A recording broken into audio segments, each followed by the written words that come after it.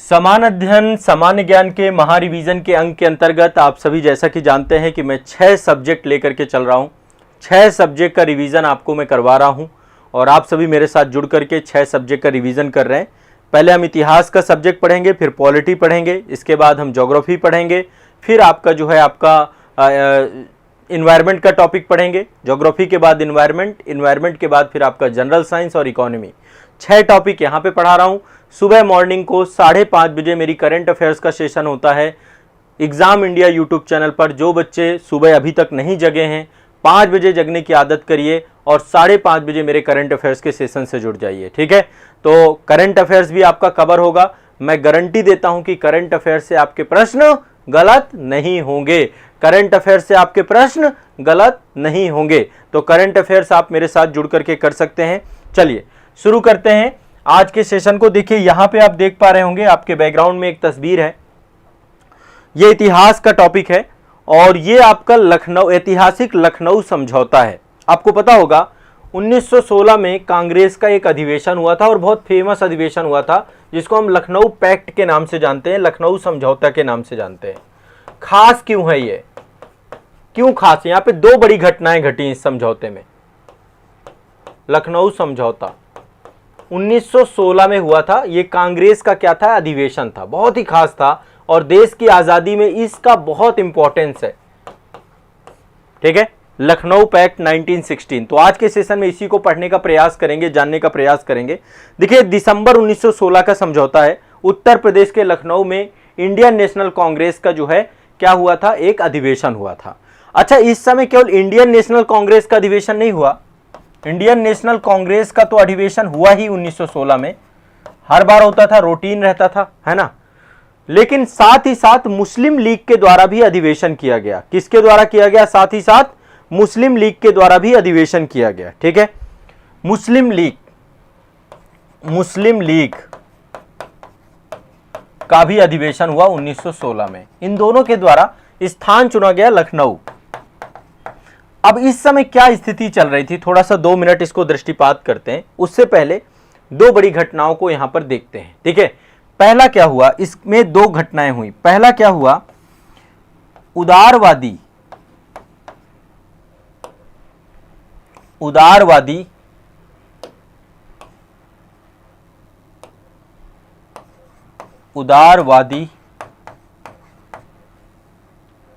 Plus उग्रवादी।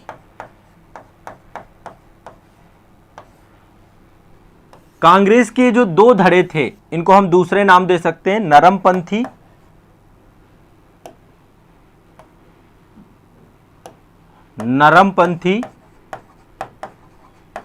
Plus गरमपंथी। ये दोनों एक साथ आ गए। क्या हो गए? दोनों फिर से एक साथ एक मंच पे जुड़ गए। दरअसल 1907 में जो सूरत फूट हुई थी उसमें गरमपंथियों को कांग्रेस से निष्कासित कर दिया गया था, ठीक है। इनके लिए एक शब्द और यूज करते हैं हम, ये उदारवादी प्लस अतिवादी भी इनको यूज करते हैं, अतिवादी। तो ये दोनों एक साथ जुड़ गए, ठीक है। अब इसमें बड़ी भूमिका किसने निभाई? इसमें बड़ी भूमिका निभाई होम रूल लीग अधिवेशन ने। किसने करी? होम रूल लीग अधिवेशन में। अभी आएंगे उसको लेकर के। एनी बेसेंट और तिलक जी की बड़ी भूमिका थी इसमें। एनी बेसेंट और तिलक, इन दोनों की बहुत बड़ी भूमिका थी इन दोनों को एक साथ लाने के लिए। पहली घटना तो यह घटी। अच्छा, दूसरी बड़ी घटना क्या घटी? दूसरी बड़ी घटना घटी कि एक और आपका यहां पर क्या हुआ, एक और जो है यहां पे एक और जुड़ाव हुआ, एक और पुनर्मिलन हुआ। और यह पुनर्मिलन किसका हुआ? यह कांग्रेस और मुस्लिम लीग के बीच में समझौता हुआ। कांग्रेस प्लस मुस्लिम लीग,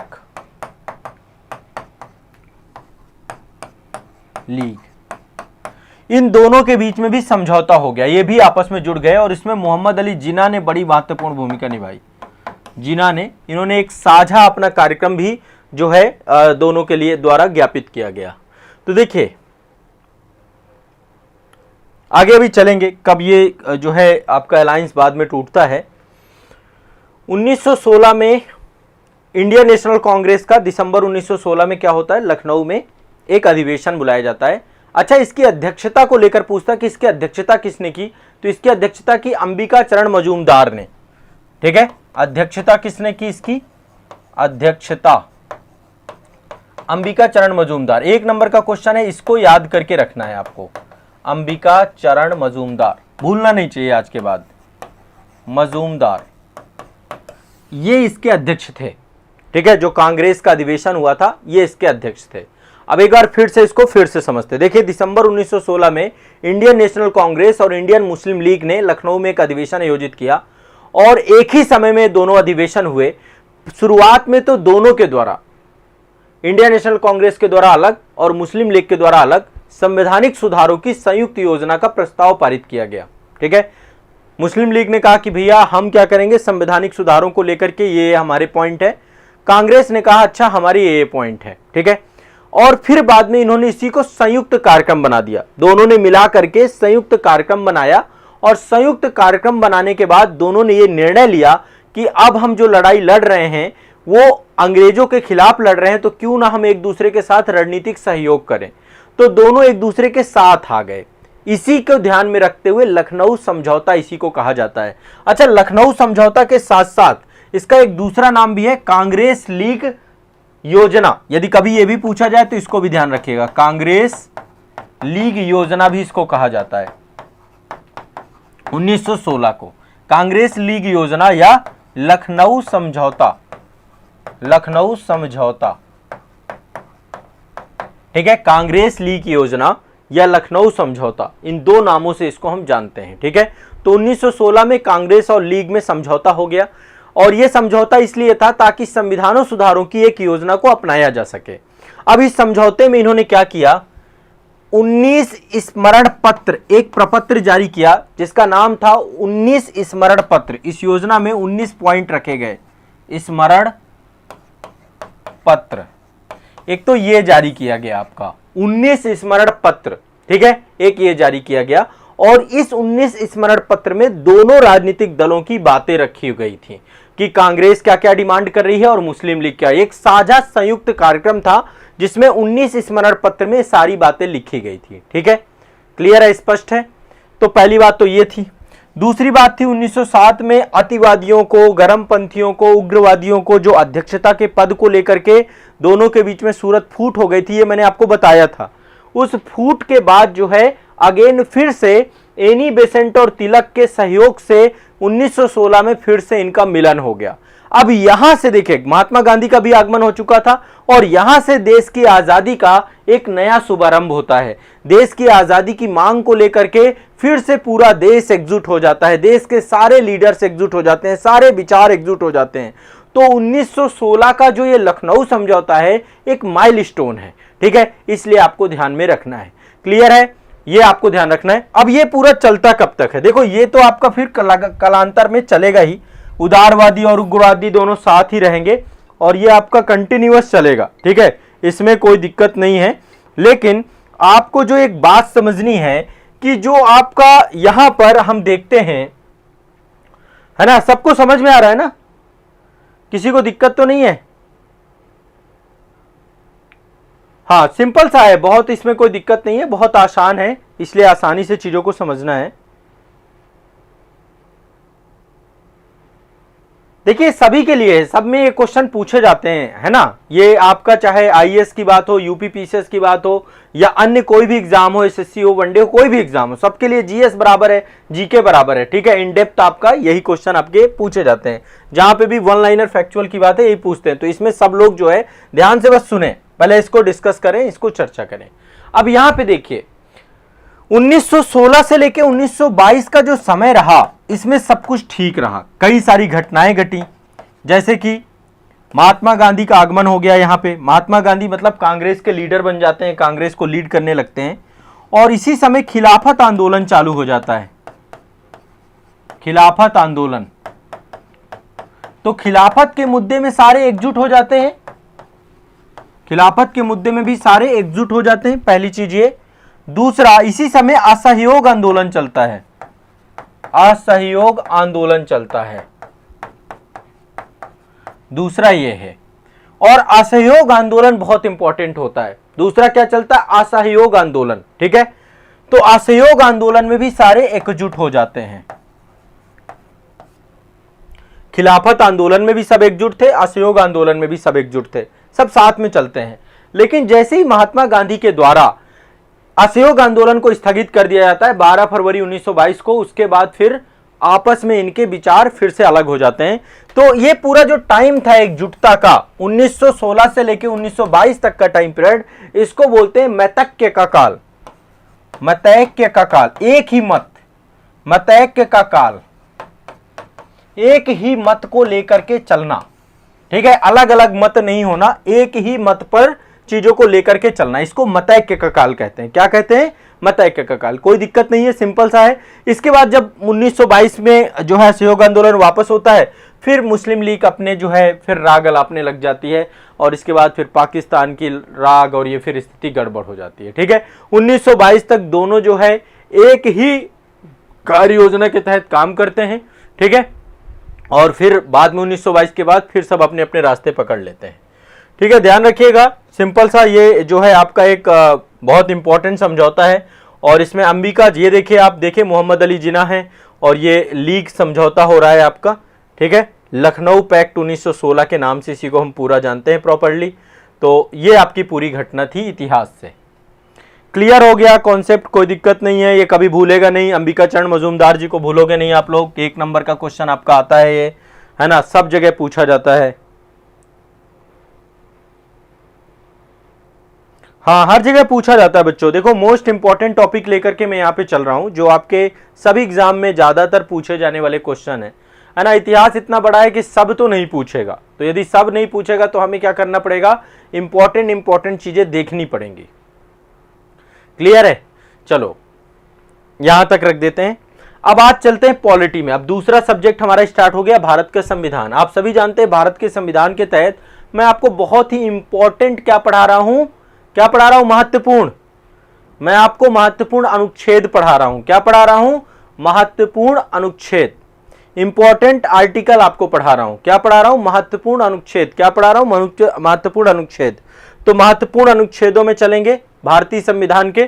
कई सारे आर्टिकल याद करवाए हैं आप लोगों को अभी तक। ये वो आर्टिकल है जो सबसे ज्यादा पूछे जाते हैं। ठीक है, ये वो आर्टिकल मैं आपको बता रहा हूं जो सबसे ज्यादा पूछे जाने वाले आर्टिकल हैं। वो आर्टिकल मैं आप लोगों को बता रहा हूं। ठीक, ये चीज से सभी लोग एग्री है ना? चलिए आज कुछ नए आर्टिकल्स पे चलेंगे और नए आर्टिकल्स को लेकर देखेंगे।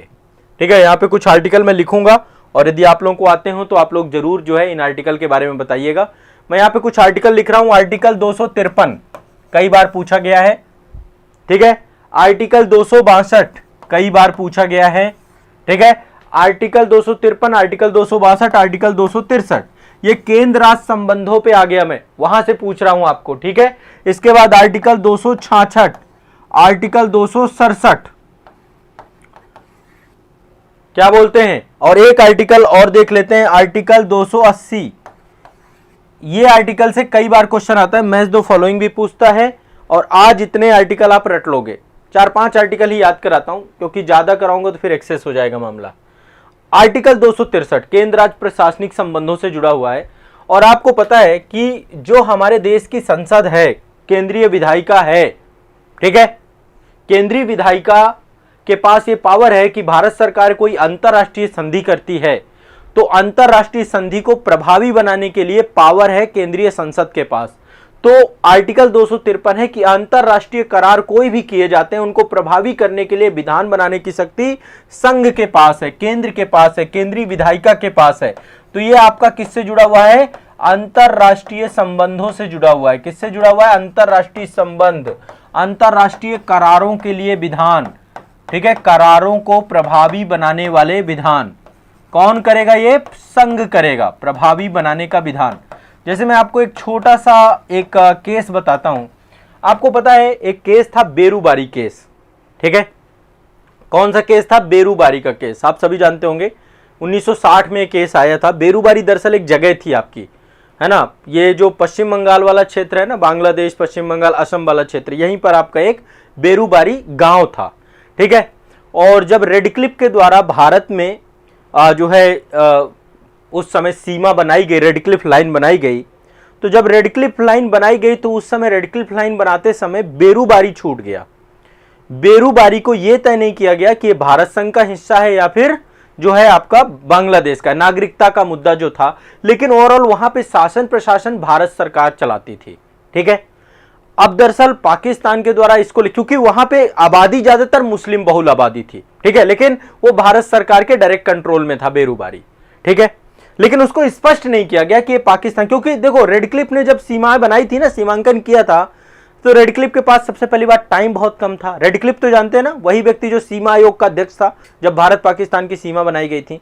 तो उसने क्या किया था, जो पुलिस थाने थे ना, एक पुलिस थाने को दूसरे पुलिस थाने से, दूसरे पुलिस थाने को तीसरे पुलिस थाने से मैच करते हुए सीमा बना दी थी, बॉर्डर बना दिया था। ठीक है, पुलिस थाने जैसे मान लीजिए यहाँ पे एक पुलिस थाना है, यहाँ पे एक पुलिस थाना है, यहाँ पे एक पुलिस थाना है, यहाँ पे एक पुलिस थाना है, तो ऐसे खींच करके पूरी बॉर्डर बनाई गई थी दोनों तरफ की। रेड क्लिफ लाइन कुछ पुलिस थानों को ऐसे एक के साथ जोड़ दिया गया था। और इसी कारण से आप देखो कितना मतलब अविवादित सीमा थी। किसी के खेत खलियान आधे इधर रह गए, आधे उधर रह गए, किसी के घर के बीच से ही पता चला कि आपके घर का आधा घर इधर आधा घर इधर। ठीक है, रेड क्लिफ लाइन बहुत अविवादित थी, बहुत कम टाइम पे पूरा खींचा गया था, और उसी कारण से सांप्रदायिक दंगे हुए, लोगों में असंतोष पैदा हुआ, आज भी वो देखने को मिलता है। तो बेरूबारी रह गया था आपका। जब बेरूबारी रह गया तो उसको फिर उस समय हमारे जो पंडित नेहरू थे और वहां पे नून साहब थे, नेहरू नून समझौता हुआ। ठीक है, दोनों राष्ट्राध्यक्षों के बीच में एक समझौता किया गया कि भैया बेरूबारी, नेहरू जी ने कहा कि हम बांग्लादेश को या पूर्वी पाकिस्तान को दे देंगे, उसका हिस्सा बना देंगे, पाकिस्तान को दे देंगे। अब जैसे ये मुद्दा आया, इस मुद्दे के बाद लोग कोर्ट चले गए, सुप्रीम कोर्ट चले गए।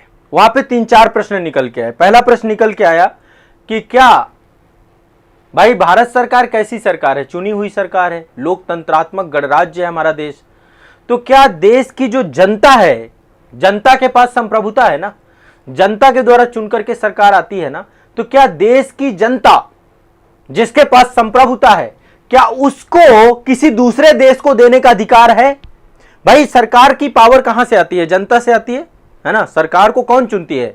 तो जिस जनता ने सरकार को चुना, क्या वो सरकार उस जनता को किसी दूसरे देश को दे सकती है? क्या ऐसा हो सकता है? एक प्रश्न आपका ये निकल के आया बेरूबारी केस में। मैंने बेरूबारी केस बहुत अच्छे से डिटेल एक्सप्लेन किया है, वो वीडियो आपको आजाद आईएएस अकेडमी में मिल जाएगा, यदि आप डिटेल से जानना चाहते हो वहां पे देख लेना। बट यहां पे मैं आपको बता देता हूं क्योंकि आर्टिकल 253 का वहां पे एक प्रभाव था। ठीक है, तो पहला मुद्दा तो ये, क्योंकि नेहरू नून समझौता को जो है प्रभावी करना था, तो उसी को लेकर के पूरा मामला था। तो पहले तो कोर्ट से ये बात हुई। ठीक है, दूसरा यह था कि क्या कोई क्षेत्र को दूसरे राज्य को दिया जा सकता है, क्या ऐसा हो सकता है कि हम अपने किसी क्षेत्र विशेष को दे सकते हैं, है ना। प्रस्तावना में सारे बात लिखे हुए हैं। प्रस्तावना में लोकतंत्रात्मक गणराज्य की बात है, संप्रभुता की बात है ना। अखंडता तो बाद में जोड़ा गया आपका।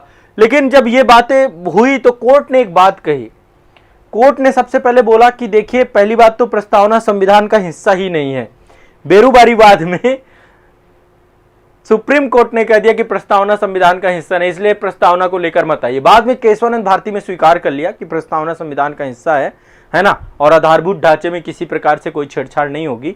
और उसके बाद फिर आपका क्या हुआ कि आर्टिकल, कोर्ट ने यह भी कहा, सुप्रीम कोर्ट ने, माननीय उच्च न्यायालय ने कहा, उच्चतम न्यायालय ने, कि आर्टिकल 253 है और आर्टिकल 253 के तहत कोई भी अंतर्राष्ट्रीय करार किया जाता है, उस करार को प्रभावी करने की पावर है संसद के पास। ठीक है, उसके लिए विधि बनाया जा सकता है ना। तो ये पूरा का पूरा मुद्दा आपका है यहां पे। क्लियर है सभी को? ठीक है, तो मतलब ये एक मैटर है। बाकी डिटेल में आप लोग यदि बेरूबारी पढ़ना चाहते हैं तो उसका एक सिंगल वीडियो है, आप सर्च करना बेरूबारी केस भाई आजाद आईएएस अकेडमी या आजाद सर, तो आपको मिल जाएगा। ठीक है, तो आर्टिकल 253 क्या है, अंतरराष्ट्रीय कोई भी करार होगा तो संघ उस पर पावर बना सके, उसके पास पावर है। आर्टिकल 262 बहुत इंपॉर्टेंट है बच्चों। देखो अभी फिर से तमिलनाडु और कर्नाटक के बीच में फिर से विवाद चालू हो गया, कावेरी जल विवाद। आपने देखा होगा, खूब चर्चा में रहा। तो नदी जल विवाद जो होते हैं ना, उसको लेकर आर्टिकल 262 है। ठीक है, कि यदि कोई भी दो राज्यों के बीच में अंतर नदी जल विवाद है, नदी दोनों को लेकर विवाद है, तो उसके लिए एक ट्रिब्यूनल बनाया जाएगा, एक न्याय निर्णयन प्राधिकरण बनाया जाएगा। तो आर्टिकल ये नदी जल विवाद से जुड़ा हुआ है। ठीक है, नदी जल विवाद से जुड़ा हुआ है, इसको ये रट लो आप। ठीक है, इसको आप रट लो, नदी जल विवाद, ये आपको रटना है सभी को, ठीक है, ये आपको रटना है। इसके बाद ये आपका है अंतरराज्य परिषद से, अंतरराज्य परिषद, इससे भी कई बार क्वेश्चन पूछा गया है, ठीक है। दो राज्यों के बीच में सामंजस्य बनाने के लिए, कोऑर्डिनेशन बनाने के लिए अंतरराज्य परिषद का भी राष्ट्रपति के द्वारा गठन किया जा सकता है, ठीक है, आपसी विवादों को निपटाने के लिए। अब देखो ये 266 में दो प्रकार की निधियां हैं, एक तो भारत की संचित निधि है, भारत और राज्य दोनों की संचित निधि है, और लोक लेखा निधि है। भारत एवं जो भारत के राज्य हैं उनकी संचित निधि के बारे में यहां पे है, सारा पैसा इसी में जाता है राजस्व का, प्लस लोक लेखा निधि इसी में है। पब्लिक अकाउंट को लेकर के तीन प्रकार की निधियां होती हैं, तो 266 आपकी संचित निधि और लोक लेखा निधि है, 267 आपका आकस्मिक निधि है, आकस्मिक निधि है, ये दोनों आपको रट लेने हैं, ठीक है। और 280 आप सभी जानते हैं वित्त आयोग का गठन किया जाता है। वित्त आयोग, राष्ट्रपति हर 5 साल में एक फाइनेंस कमीशन बनाएंगे, उसका काम होगा केंद्र और राज्य के बीच में क्या करना, राजस्व का बंटवारा करने का फार्मूला देना, ठीक है। ये आर्टिकल याद करने हैं। 253 अंतरराष्ट्रीय संबंध करारों का प्रभावी बनाने का विधान, 262 नदी जल विवाद, 263 अंतरराज्य परिषद, 266 संचित निधि लोक लेखा निधि, 267 आकस्मिकता निधि, 280 वित्त आयोग। कोई दिक्कत हो तो बताओ। प्रीति सिंह जी कह रहे हैं सर मैम ने बहुत डिटेल में पढ़ाया है। बिल्कुल, देखो पॉलिटी की क्लास में भी शायद यदि आपका प्रस्तावना वाला चैप्टर हुआ होगा तो जरूर बेरूबारीवाद मैम ने पढ़ाया होगा आपको, है ना, इनरी बेरीबारी केस वहां पे डिस्कस हुआ होगा आपका। चलिए आगे चलते हैं नेक्स्ट। तो ये आपका भारतीय संविधान का महत्वपूर्ण अनुच्छेद में ये वाले टॉपिक हो गए। अब आगे चलते हैं। आपके सामने एक अयस्क है, मुझे एक बार आप लोग बताएं, वैसे मैं इसकी चर्चा इसी क्लास में कर चुका हूं, ये कौन सा अयस्क है, ठीक है। ज्योग्राफी में हम लोग जो है धात्विक खनिज पढ़ रहे हैं, तो ये मुझे आप बताएं किस चीज का अयस्क है जो आपके सामने है, कमेंट सेक्शन में एक बार बताएं। देखो सेशन को लाइक और शेयर जरूर करते रहना, बीच बीच में लाइक तो सभी लोगों को करना है, ठीक है, लाइक करने का काम है आप लोगों का। सेशन में जितने बच्चे रहें सारे के सारे लोग, बहुत सिंपल सा मामला है, टच करना है लाइक बटन को, ठीक है ना। ये आपका जो है कौन सा अयस्क है, ये है बॉक्साइट। मैं क्लास में डिस्कस कर चुका हूं, आज के सेशन में बॉक्साइट को लेकर के कुछ फैक्चुअल तथ्य हम समझने का प्रयास करेंगे। बॉक्साइट ये अयस्क है एल्युमिनियम का, किसका है, एल्युमिनियम का अयस्क है बॉक्साइट, एल्युमिनियम का अयस्क है। इसका रंग जो है लोहे के लोहांस की तरह होता है, जैसे आप कलर देखिए, ये है आपका बॉक्साइट, इस तरीके का आपका ये खदानों से निकलता है, ठीक है। खदानों से कैसा निकलता है, थोड़ा देखने में बड़ा सा अजीबोगरीब लग रहा होगा आपका। तो ये आपका कई कलर होते हैं, सफेद रंग भी है इसमें, गुलाबी रंग भी है, लाल रंग भी है, ठीक है। और ये आपका टर्सरी काल की चट्टानों में पाया जाता है, किसमें पाया जाता है, टर्सरी काल की लेटराइट चट्टानों में पाया जाता है, ठीक है। इसका मुख्य उपयोग क्या है, एल्युमिनियम बनाने में, एल्युमिनियम बनाने में इसका प्रयोग किया जाता है, ठीक है। ये आपका जो है हाइड्रेटेड एल्युमिनियम ऑक्साइड होता है। बॉक्साइट आपका क्या होता है, हाइड्रेटेड एल्युमिनियम ऑक्साइड होता है, एल्युमिनियम का ऑक्साइड ही है, एल्युमिनियम का अयस्क भी है। तो भारत में सबसे ज्यादा बॉक्साइट कहां पाया जाता है, भारत में देखिए दो चीजें हैं, फिर से वही फैक्ट आएगा, भंडार की दृष्टि से सबसे ज्यादा भंडार कहां पाया जाता है और सबसे ज्यादा उत्पादन कहां किया जाता है, भंडार, ठीक है, और दूसरा उत्पादन, इन दोनों का डेटा ही मुझे मेनली आपको बताना है। तो बॉक्साइट को लेकर सबसे बड़ा स्टेट है आपका उड़ीसा, ओडिशा ही सबसे ज्यादा भंडारण है, यहां पे टोटल 51% रिजर्व है देश का, और सबसे ज्यादा उत्पादन भी ओडिशा करता है। ओडिशा का 65% उत्पादन जो है बॉक्साइट का ओडिशा करता है। कौन करता है, 65% ओडिशा उत्पादन का, दोनों दृष्टि में नंबर 1 पे है, ठीक है।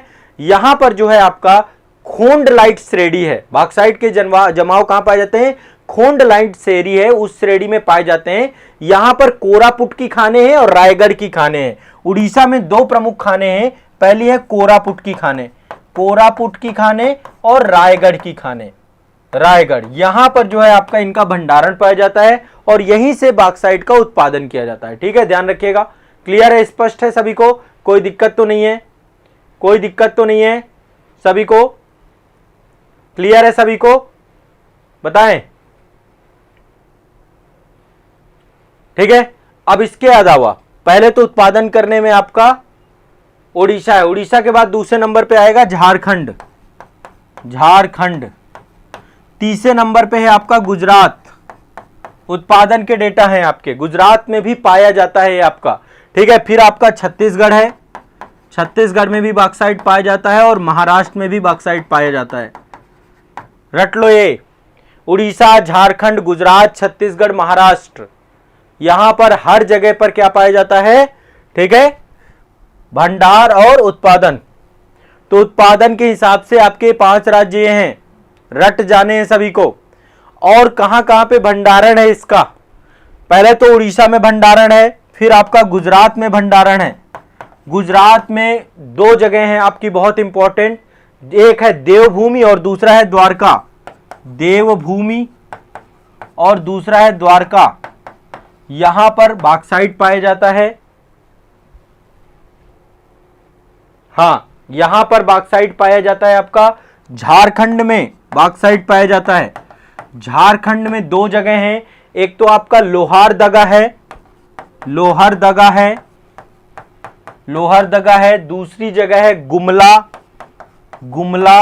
ये सारी खाने हैं जहां पर ये पाए जाते हैं। और लातेहार, लातेहार ये प्रमुख आपके बॉक्साइट उत्पादन केंद्र हैं जहां पर बॉक्साइट खूब मात्रा में पाया जाता है।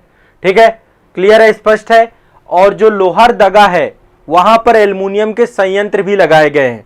ठीक है, हिंडाल्को के द्वारा यह काम किया जाता है, भारत सरकार की कंपनी है हिंडाल्को, वो पूरा काम करती है आपकी। क्लियर है, स्पष्ट है सभी को? ठीक है, तो ज्योग्राफी का ये टॉपिक भी आपका क्लियर हो गया, कोई दिक्कत नहीं, इसमें सिंपल सा टॉपिक है, सिंपल सा टॉपिक है, आसानी से आप लोग कर सकते हैं।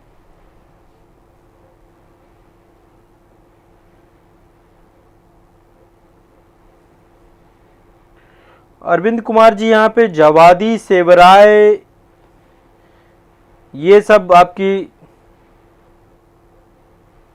हाँ देखो जगह मतलब देवभूमि और द्वारका अलग अलग नहीं है, लेकिन वहां पे जो खाने हैं ना वो खान अलग अलग तरीके से है जहां पे इसके भंडार पाए जाते हैं। ठीक है, तो ये आपका जो है प्रॉपर बॉक्साइट उत्पादन को लेकर के हो गया आपका क्वेश्चन। देखो मैंने काफी सारे करा दिए, लोहा आपको पढ़ाया था पहले शुरुआत में, लोहा के बाद चांदी भी पढ़ाया है आपको, तांबा भी पढ़ाया है, बॉक्साइट भी हो गया। ठीक है ना, चलो आगे बढ़ते हैं। नेक्स्ट, जैव विविधता से, देख रहे हैं कितना शानदार दृश्य है आपका। ये जैव विविधता को लेकर के, आपको पता है मैंने जैव विविधता से कई सारे सेशन ले लिए आपके। दरअसल इन्वायरमेंट में मुझे मोस्ट इंपॉर्टेंट चैप्टर यही लगता है, जैव विविधता वाला। तो अभी मैं आपको बेसिक चीजें पढ़ा रहा हूं, बाद में धीरे धीरे हम जैव विविधता के एडवांस लेवल पे भी आएंगे। तो जैव विविधता का ह्रास, इसको लेकर कई बार क्वेश्चन पूछा जाता है, लेकिन ये आप सबसे ज्यादा जानते हैं कि जैव विविधता का ह्रास कैसे हो रहा है। कल मैंने जैव विविधता के हॉटस्पॉट क्षेत्र बताए थे, विविधता का, जैव विविधता का ह्रास।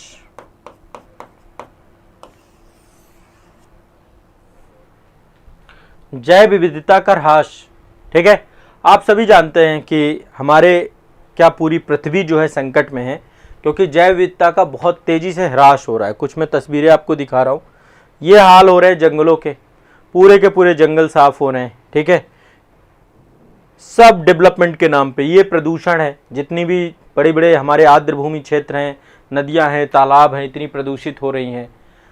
तो जो पादपों का, प्राकृतिक जीवों का जो प्राकृतिक आवास क्षेत्र है वो धीरे धीरे खत्म हो रहा है। क्यों? हम खत्म करते जा रहे हैं। देखिए हरी घास के जो क्षेत्र है पूरे खत्म होते जा रहे हैं, औद्योगिक कचरा दबा के कर रहे हैं, बड़ी बड़ी फैक्ट्रियां लग गई हैं तो खूब कचरा हो रहा है, खूब धुआं आसमान में फेंक रहे हैं, वायु प्रदूषण हो रहा है, जल प्रदूषण हो रहा है, तो ये हालात बन गए हैं।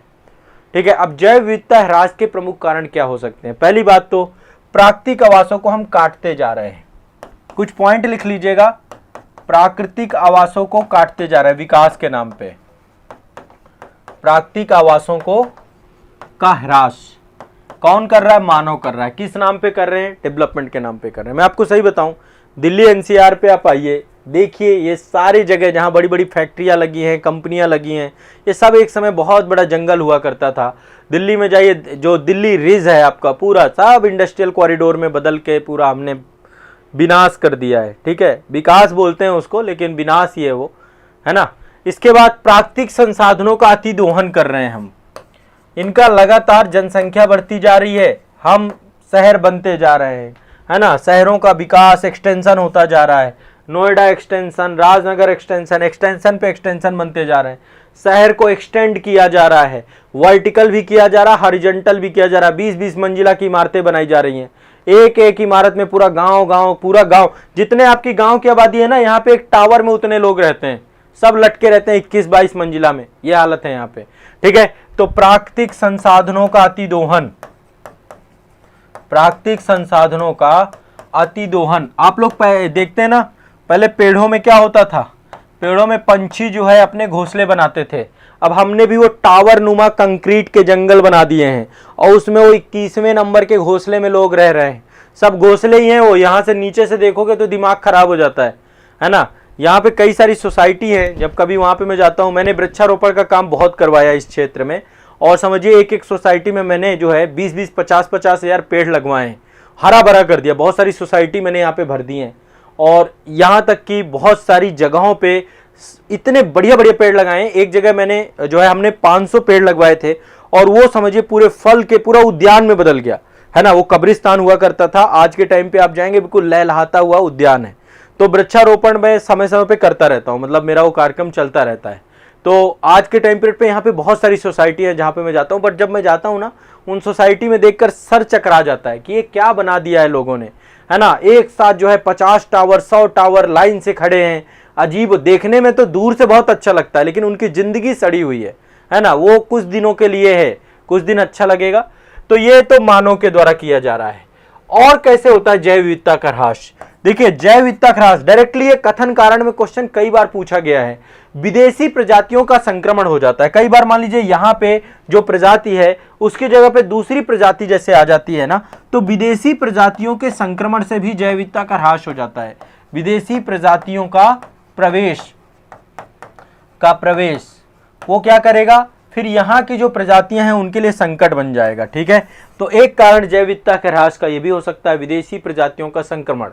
वन क्षेत्र या वनों की सघनता कम होना, वन क्षेत्र कम होते जा रहे हैं, वनों की सघनता, डेंसिटी, सघनता का कम होना। वैसे हमने बहुत सारे एक्ट अधिनियम बना के काफी काम किया है, लेकिन अभी भी स्थिति इतनी अच्छी नहीं है। औद्योगिकरण बहुत तेजी से बढ़ रहा है, ये भी आपका जैव विविधता ह्रास का एक कारण है। औद्योगिकरण और क्या हो सकता है आपका, एक कारण है आपका अवैज्ञानिक तरीके से खनन, अवैज्ञानिक तरीके से खनन। जब अवैज्ञानिक तरीके से खनन कार्य करेंगे तो भी क्या होगा, आपका जैव विविधता का ह्रास होगा। यदि हम तस्करी करेंगे, तस्करी तो जैव विविधता का ह्रास होगा। ये जैव विविधता के ह्रास के कारण है। क्लियर है, स्पष्ट है। तो प्राकृतिक संसाधनों का दोहन हो रहा है ना, औद्योगिकरण हो रहा है, और इन सभी से भी आपका प्राकृतिक वासों का विनाश होता जा रहा है, जैव विविधता का ह्रास होता जा रहा है। ठीक है, और इससे कारण क्या निकल के आ रहे हैं, ग्लोबल वार्मिंग, वैश्विक तापन भी जिम्मेदार है जैव विविधता के ह्रास के लिए। वैश्विक तापन भी जिम्मेदार है जैव विविधता के ह्रास के लिए। आवासों का विखंडन होता जा रहा है, आवास खत्म होते जा रहे हैं, प्राकृतिक आवास विखंडित होते जा रहे हैं, यह भी एक कारण है। प्राकृतिक आवासों का विखंडन एक कारण ये है। विदेशी जाति का संक्रमण, विदेशी जाति का आ जाना, ये सब आपके कारण हैं। तो इससे क्या हो रहा है, जो जातियां हैं उनका विलोपन होता जा रहा है। जैसे आप देखिए, चीता ही खत्म हो गया भारत से। पहले कितने चीते थे, अवैध शिकार कर करके अब जाके चीते लाए गए हैं। तो अभी चीते लाए गए, अभी उनमें से 6 खत्म हो गए हैं। ठीक है, फिर से अभी वो धीरे धीरे अडॉप्ट करेंगे यहाँ की जलवायु को। अफ्रीका से लाए गए, अभी भारत की जलवायु को अडॉप्ट करने में टाइम लगेगा उनका। वैश्विक तापन है, प्रदूषण है, आवास का ह्रास है, विखंडन है, तो धीरे धीरे चीजें खत्म होती जा रही, प्राकृतिक तौर पे चीजें समाप्त होती जा रही हैं। तो इससे कोई भी क्वेश्चन आता है कि कैसे जैव विविधता का ह्रास होता है, आप आइडेंटिफाई कर लीजिएगा रीजन्स को।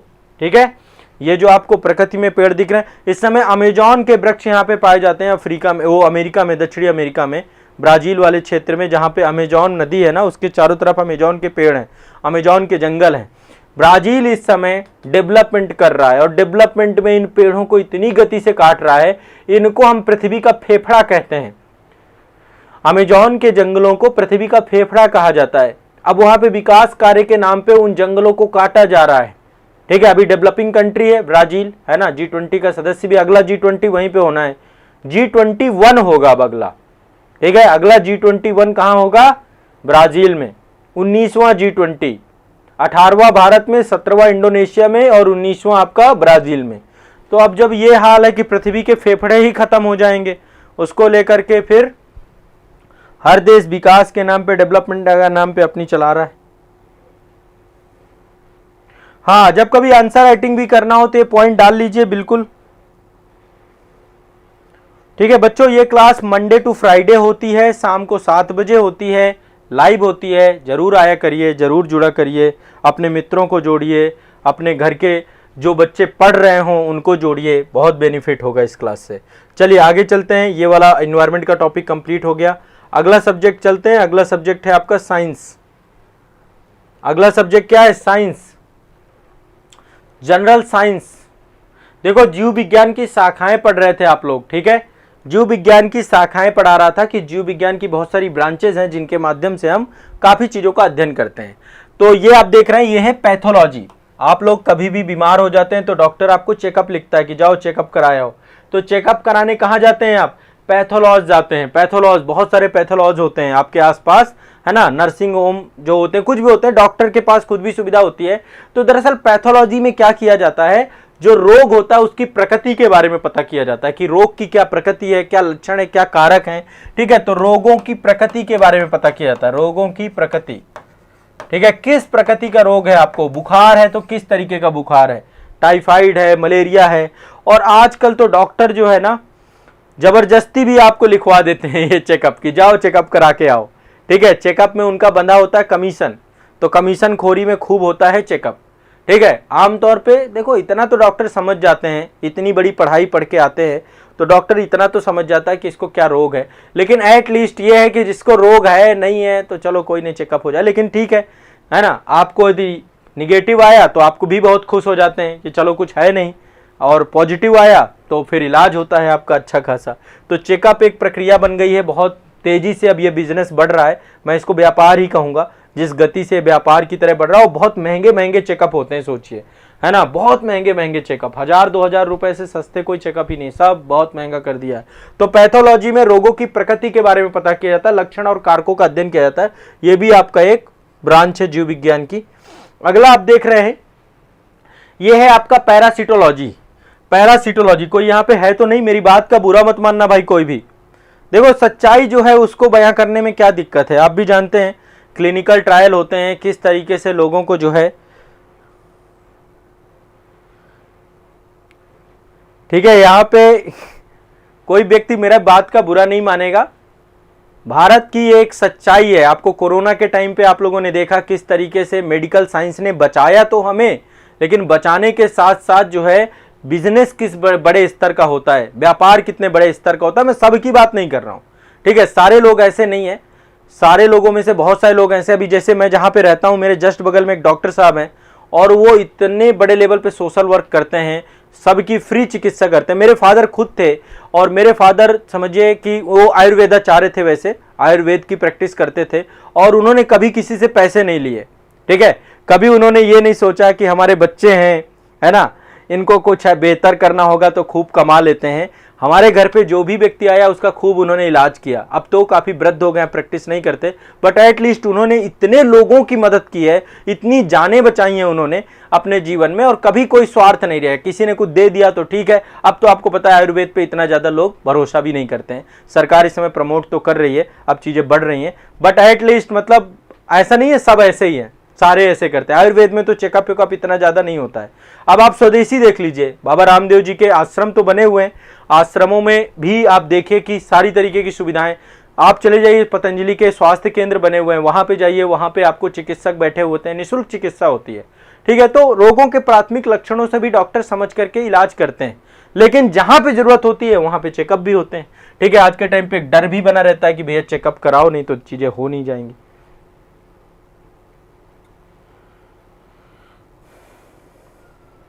हाँ चलिए ठीक है, आगे चलते हैं। नेक्स्ट अगला है आपका पैरासिटोलॉजी। मैंने आपको बताया इसमें परजीवी जीवों का अध्ययन किया जाता है। परजीवी जीवों का अध्ययन, परजीवी जीवों का अध्ययन किया जाता है पैरासिटोलॉजी के माध्यम से। ठीक है, तो एक आपका ये जीव विज्ञान की ब्रांच है। ठीक है, परजीवी जीवों का अध्ययन किया जाता है। नेक्स्ट है आपका अगला, ये कोरोना जैसी शक्ल दिख रही है ना आपको, ये विषाणुओं का, वायरस का अध्ययन किया जाता है। इसको बोलते हैं वायरोलॉजी। वायरोलॉजी, वायरोलॉजी से कोई भी वायरस आता है, वायरस की प्रकृति का, उसके नेचर का अध्ययन किया जाता है। ठीक है, तो ये वायरोलॉजी है। ठीक है, वायरोलॉजी। नेक्स्ट है आपका, ये आप देख रहे हैं सारा वायरोलॉजी है।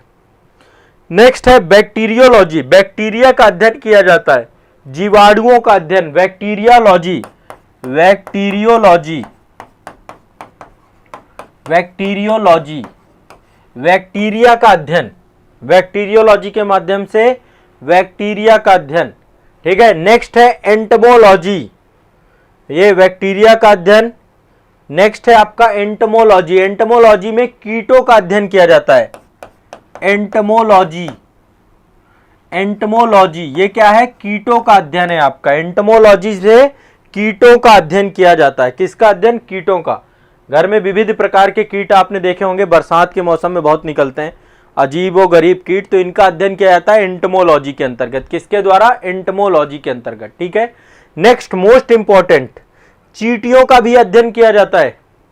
चींटियों का अध्ययन किया जाता है मिर्मिकेलॉजी के माध्यम से। मिर्मिकेलॉजी, मिर्मिकेलॉजी ये क्या है आपका, चींटियों का अध्ययन है मिर्मिकेलॉजी। चींटियों का अध्ययन मिर्मिकेलॉजी के माध्यम से किया जाता है। ठीक है, इसके बाद है ये चींटियों का अध्ययन मिर्मिकेलॉजी। ये बहुत सारे जीव ऐसे होते हैं जो कि खोलों के अंदर रहते हैं। ठीक है, मोलस्का और उससे जुड़े हुए जो जीव हैं, मोलस्का संघ के, ये खोलों के अंदर रहते हैं। इनको पढ़ते हैं हम लोग मैलेकोलॉजी के अंतर्गत। किसके माध्यम से पढ़ते हैं, मैलेकोलॉजी के अंतर्गत इनको हम पढ़ते हैं। किसके अंदर, मैलेकोलॉजी के अंतर्गत। मैलेकोलॉजी के अंतर्गत पढ़ते हैं हम लोग, खोलों के साथ जो जीव होते हैं, मोलस्का और इनके खोलों का अध्ययन करते हैं। ठीक है, मोलस्का और इसके खोलों का अध्ययन करते हैं। ठीक है, नेक्स्ट आगे चलिए, ये आप मछलियां देख रहे हैं ना, इनको बोलते हैं इक्थियोलॉजी। इक्थियोलॉजी, इक्थियोलॉजी, इक्थियोलॉजी के अंतर्गत हम क्या करते हैं, मत्स्य संरचना का अध्ययन करते हैं, कार्यकी का अध्ययन करते हैं, मछलियों का अध्ययन करते हैं। यह क्वेश्चन भी कई बार पूछा गया है। इक्थियोलॉजी के अंतर्गत मत्स्य संरचना का अध्ययन, उसकी कार्यकी का अध्ययन, इनका अध्ययन किया जाता है। ठीक है, मत्स्य संरचना और उसकी कार्यकी का अध्ययन किया जाता है। मत्स्य संरचना और उसकी कार्यकी का अध्ययन किया जाता है। तो ध्यान रखिएगा, ये आपके जो है कुछ प्रमुख आपके, मैंने आपको बताया, अभी आगे और है, आगे नेक्स्ट सेशन पे आपके आगे देखेंगे। तो ये आपके कुछ प्रमुख हो गए। इक्थियोलॉजी हो गया, ठीक है, ये आपका मैलेकोलॉजी हो गया, ये आपका मिर्मिकोलॉजी हो गया। ठीक है, ये एंटमोलॉजी हो गया। एंटमोलॉजी के बाद ये आपका बैक्टीरियोलॉजी हो गया, बैक्टीरिया का अध्ययन। वायरोलॉजी हो गया, वायरस का अध्ययन। ठीक है, पैरासिटोलॉजी हो गया, परजीवियों का अध्ययन किया जाता है। और ये आपका मैंने पैथोलॉजी बता दिया, रोगों की प्रकृति का, उनके कारक का, उसके निदान का, इन सब का अध्ययन इसके अंतर्गत किया जाता है। ठीक है, बेसिक है ये आपके, रफली आपको ये सारे याद हो जाने चाहिए। आज के बाद गड़बड़ मत करना। सभी को क्लियर है साइंस का ये टॉपिक? चलिए, आज के सेशन में एक बहुत महत्वपूर्ण जो है संस्था के बारे में पढ़ने जा रहे हैं आप लोग। National institution for transforming India, NITI Aayog, national institution for transforming India. ठीक है, आप सभी लोग इसके बारे में पढ़ेंगे। देखिए, योजना आयोग बनी थी सबसे पहले। ठीक है, योजना आयोग को बदल करके 1 जनवरी 2015 को नीति आयोग बना दिया गया। मार्च 1950 में योजना आयोग बनी थी। योजना आयोग ने लगातार काम किया और लगभग टोटल जो है 65 वर्ष काम किया। ठीक है, योजना आयोग ने कितने वर्ष काम किया? लगभग 65 वर्ष काम किया। 1950 से लेकर 2015 तक काम किया योजना आयोग ने, और उसको प्रतिस्थापित कर दिया गया, उसका नाम परिवर्तित करके उसके कार्य संरचना को परिवर्तित कर दिया गया। ये आपका सहकारी संघवाद पे आधारित है नीति आयोग, ये इकोनॉमी का टॉपिक है आपका। ठीक है, मैंने एक संस्थान के तौर पे लिया और ऐसे करके मैं आपको सारे संस्थान धीरे धीरे पढ़ाऊंगा।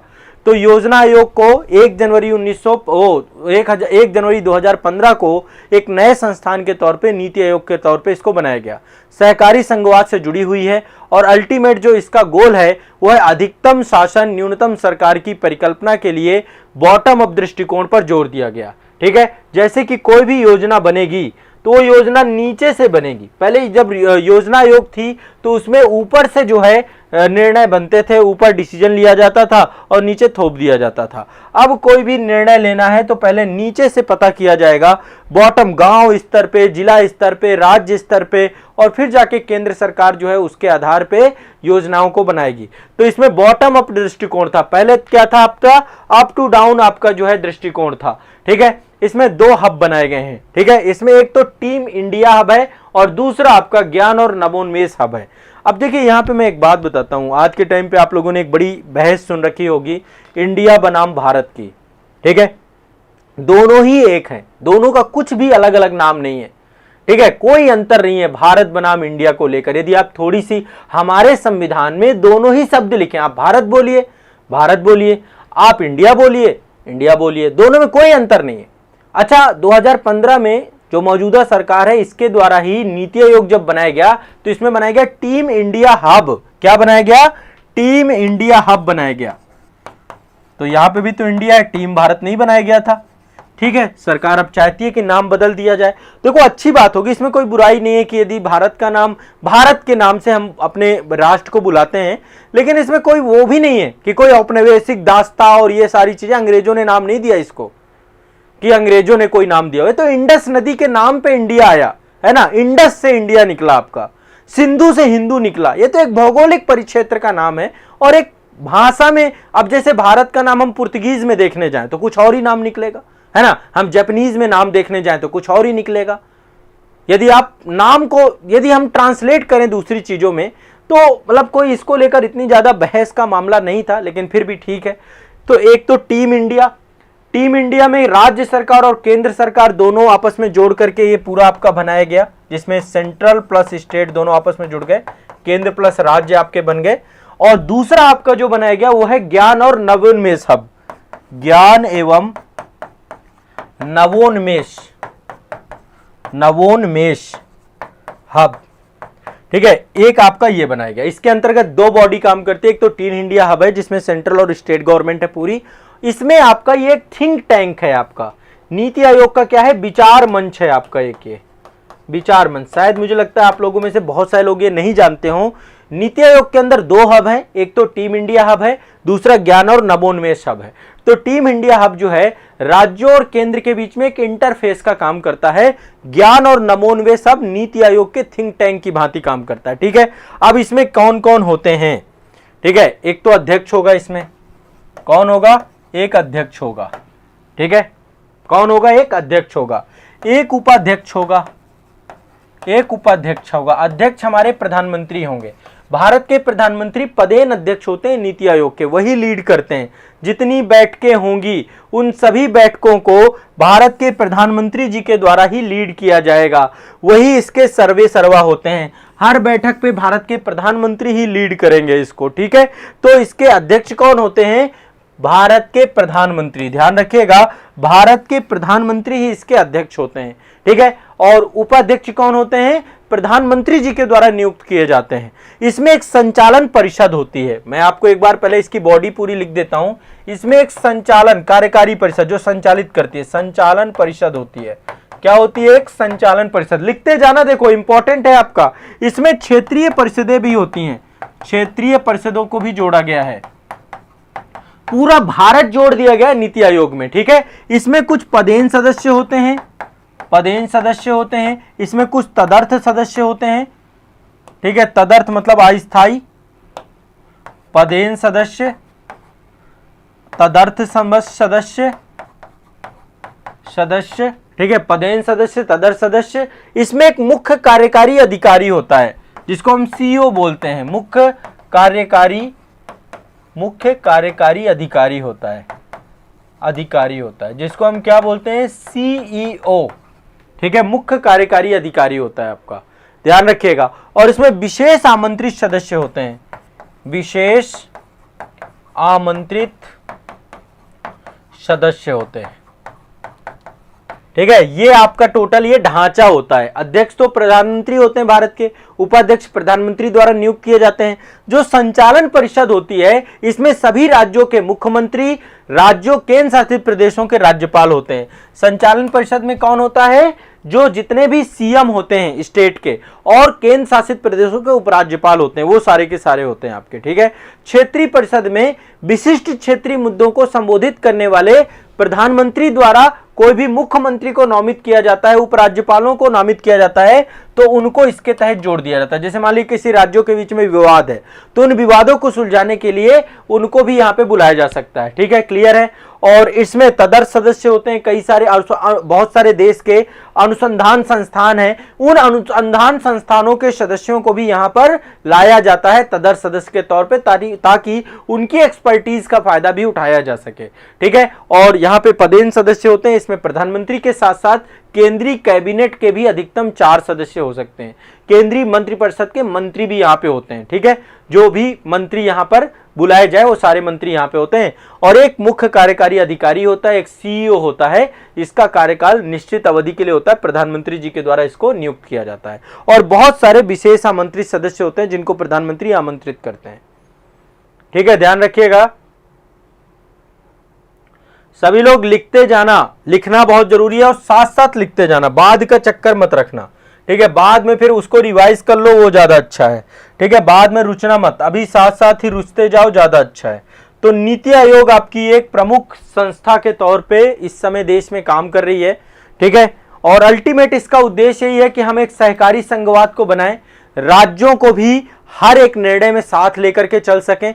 ठीक है, राज्यों को साथ लेकर के चल सकें, ग्राम स्तर पर विश्वसनीय योजनाएं बनाएं। ठीक है, राष्ट्रीय सुरक्षा से जुड़ी हुई आर्थिक रणनीति को राष्ट्रीय नीति में शामिल किया जाए, उन सभी वर्गों का ध्यान दें जो वर्ग आज तक जो है केंद्रीय योजनाओं से लाभान्वित नहीं हो पाए हैं।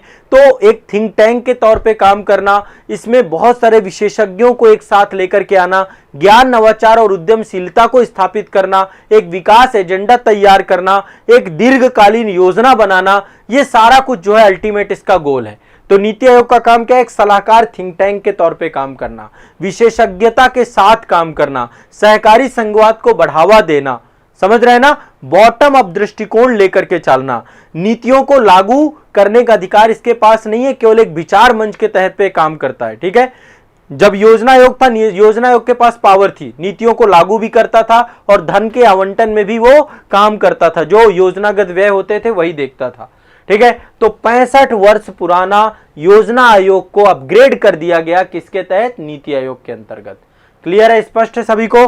तो ये नीति आयोग से जुड़े हुए कुछ प्रमुख पक्ष थे आपके, जो आप लोगों को थोड़े बहुत जानने चाहिए थे। मैंने देखो योजना आयोग भी बताया था, राष्ट्रीय विकास परिषद भी बताया था, तो आप लोग एक बार इसको देख लीजिएगा। एक आपका ये नीति आयोग हो गया। ठीक है, इसके बाद ये जीव विज्ञान के अंतर्गत मैंने इक्थियोलॉजी में मत्स्य उत्पादन, इसके बारे में चर्चा हुई हमारी। ठीक है, मेलेकोलॉजी में खोलो और मोलस्कस जीवों से जुड़ी हुई चीजें हैं। इसके बाद अभी कोई जाएगा नहीं, मेरमकोलॉजी आपका चींटियों से जुड़ा हुआ है।